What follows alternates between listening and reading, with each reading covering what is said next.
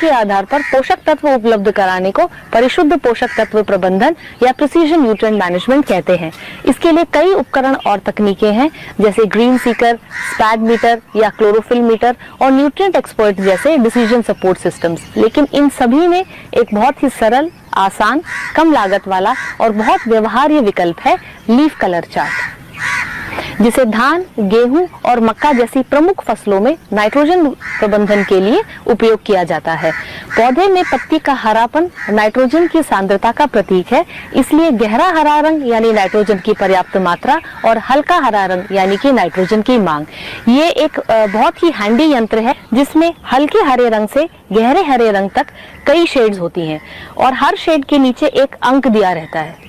अब अगर धान की बात करें तो फसल लगभग जब 15 से 20 दिन की होती है तब हम लीफ कलर चार्ट से रीडिंग लेना शुरू करते हैं और लगभग हर 7 से 10 दिन के अंतराल पर पुनः इसकी रीडिंग्स ली जाती है। यदि आपका खेत बहुत बड़ा हो तो आप 4-5 भागों में उसे बांट सकते हैं और हर भाग से कम आपको 10 पत्तियों का चुनाव करना होगा जो रोग और कीटों से मुक्त हो, और जो यंगर लीफ या जो नई पत्ती है उसका आपको चुनाव करना होता है। लीफ कलर चार्ट की रीडिंग लेने का सबसे सही समय होता है सुबह 7-8 बजे, जब धूप ना हो। और जब भी आप रीडिंग ले, आप ध्यान रखें कि प्रकाश, सूर्य का जो प्रकाश है वो सीधा आपके पत्ती और लीफ कलर चार्ट पे ना पड़े, क्योंकि कई बार इससे मिलान में दिक्कत होती है। और कोशिश करें कि एक ही व्यक्ति सभी जगह से लीफ कलर चार्ट की रीडिंग ले, जिससे त्रुटि होने का चांसेस सबसे कम रहते हैं। पत्ती का मिलान आपको इन शेड्स के साथ करना होगा और यदि यहाँ आपकी पत्ती का रंग है तो आपका स्कोर होगा 3.5। बासमती किस्मों की यदि हम बात करें तो 3.5 या उससे कम की रीडिंग आती है। जो आपने 10 पत्तियों का चयन किया है उसमें से 6 पत्तियां यानी 50% से ज्यादा पत्तियां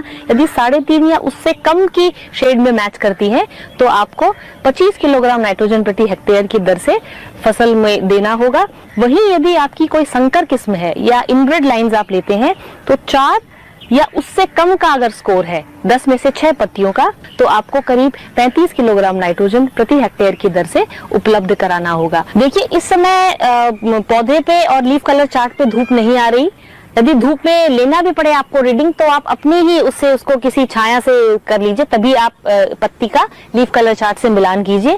और हम देख रहे हैं कि ये बासमती धान में अभी करीब 4.5 के आसपास इसकी जो लीफ है वो एकदम परफेक्ट मैच कर रही है। यहाँ पर देखिए पत्ती गहरे रंग की है और यहाँ पे ये जो 4.5 स्कोर है, इसका मतलब अभी फसल की मांग नहीं है। ये फसल लगभग 60 दिन की है और इस समय अगर हम परंपरागत तरीके से देखें तो एक नाइट्रोजन की मांग रहती है, लेकिन लीफ कलर चार्ट के आधार पर ये अभी मांग नहीं दिखा रहा, तो हम इसके अंदर इस स्टेज पर अभी नाइट्रोजन की उपलब्धता नहीं कराएंगे। कई बार ये देखा गया है कि पत्तियां इन दोनों के बीच में कहीं मैच करती हैं।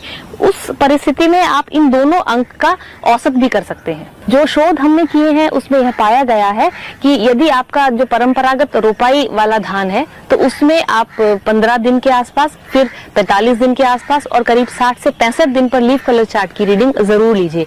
वहीं यदि अगर आपका डीएसआर या धान की सीधी बुआई का खेत है तो आप करीब 20 से 25 दिन पर, 45 दिन के आसपास और फिर 60 से 65 दिन के आसपास लीफ कलर चार्ट की रीडिंग जरूर लीजिए और मांग के आधार पर आप नाइट्रोजन को उपलब्ध करा सकते हैं।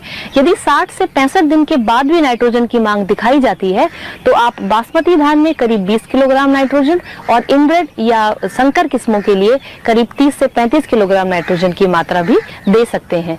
जो धान गेहूं फसल चक्र में शोध हुए हैं उनसे यह पाया गया है कि उपज में कमी के बिना लीफ कलर चार्ट आधारित नाइट्रोजन प्रबंधन से करीब 20 से 30% नाइट्रोजन की बचत होती है और साथ ही जो नाइट्रोजन उपयोग दक्षता है उसमें भी बढ़ोतरी होती है।